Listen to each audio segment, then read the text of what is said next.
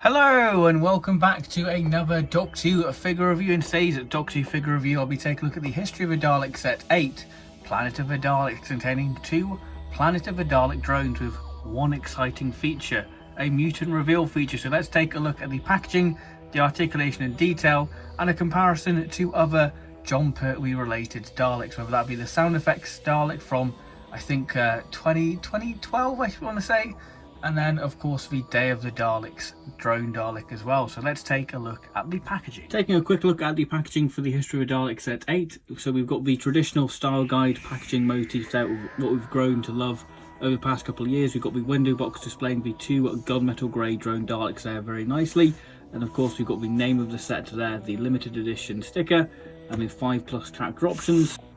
And the back of the box there with a bio of the Planet of the Daleks and behind the scenes information and 2 images of the figures themselves. The card insert for the Planet of the Daleks drone Daleks is lovely. We've got the lovely sort of Spyridon jungle there, the sort of Supreme Dalek ship with one of the files saying goodbye, and of course we have the lakes where this sort of Daleks are based from, where they sort of scoop out the mutants. Therefore, and of course we have the Spyridon city there with a Dalek drone and a Spyridon going in there. And of course we have the ice volcano there, which is a nice little bit of artistic license. So yeah, lovely backdrop and display feature for your Daleks. So it's a lovely nice little backdrop. The Dalek drone Daleks. Now this set caused a little bit of a stir online, as people were probably expecting, you know, the Planet Supreme and the anti-light wave reflected Dalek. So when it was revealed that we were just getting 2 gunmetal grey drone Daleks, people were a little bit disappointed. But this figure did have a little surprise feature, what we didn't know about until a couple of days ago, where it had the mutant reveal Dalek inside, making people go, you know what, this could be a very exciting set. So let's dive into the articulation and detail to see where I stand with these Daleks.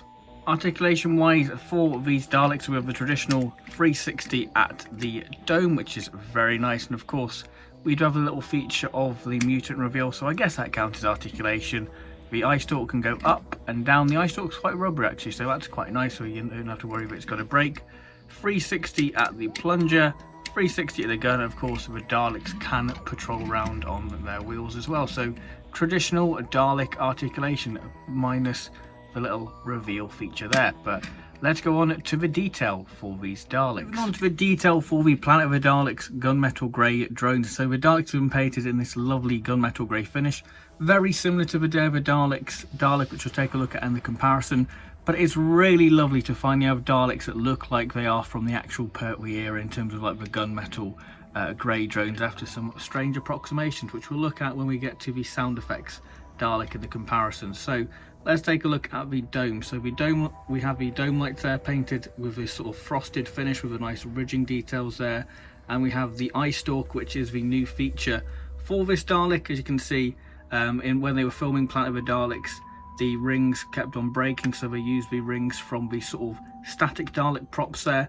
And I think that this Dalek sort of eye stalk was seen on the Radio Times 10-year anniversary celebration. And the thing with Planet of the Daleks sort of Daleks is the eye stalks were incredibly wrong, and having the sort of discs all bunched up together gives that illusion that the eye stalk's a little bit longer than usual. And also another new feature with this eye stalk, hopefully you can see, is that there's a little circle, a little ellipsis in there, which a little indent to give the sort of eye stalk more of a sense of depth, which is very accurate to how the actual props were, which is a really nice little addition to this Dalek. So if we lift up the dome like so, we are greeted with the mutant inside, which is lovely, very much inspired by sort of the Peter Cushing film there, sort of the claw hand, and you can even see the 3rd Doctor on the screen there, which is very nice. Lovely little attention to detail.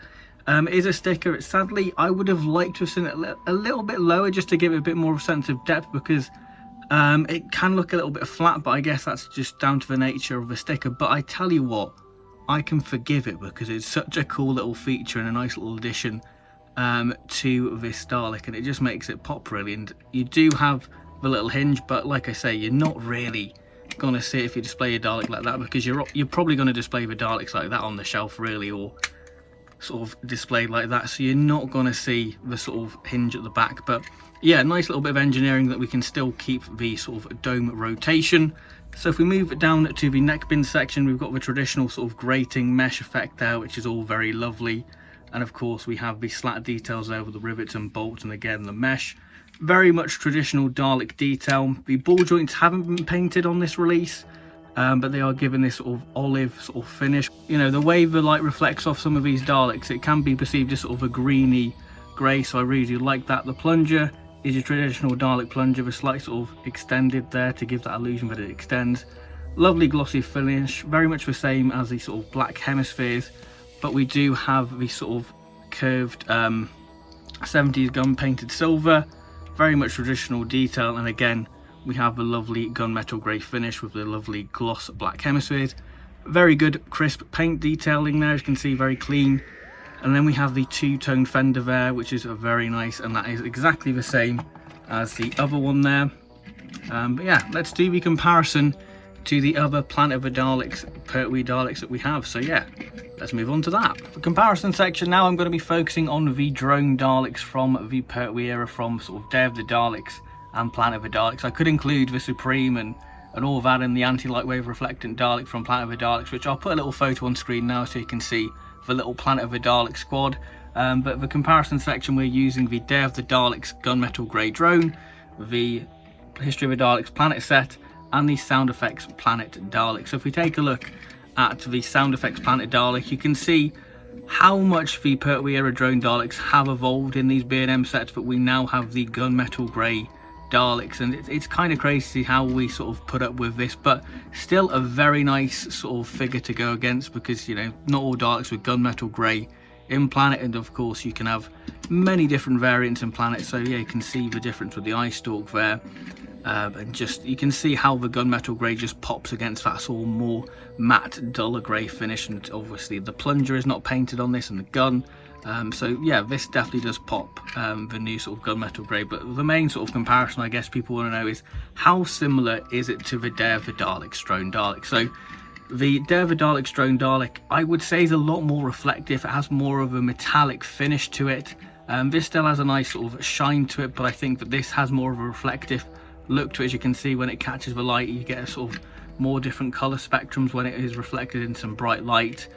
The eye stalk is different. You have a sort of traditional classic eye stalk compared to this adapted one. The dome, as you can see on the Planet one, is a lot more chunkier. Obviously that is to accommodate for the mutant reveal feature. It isn't too obvious really.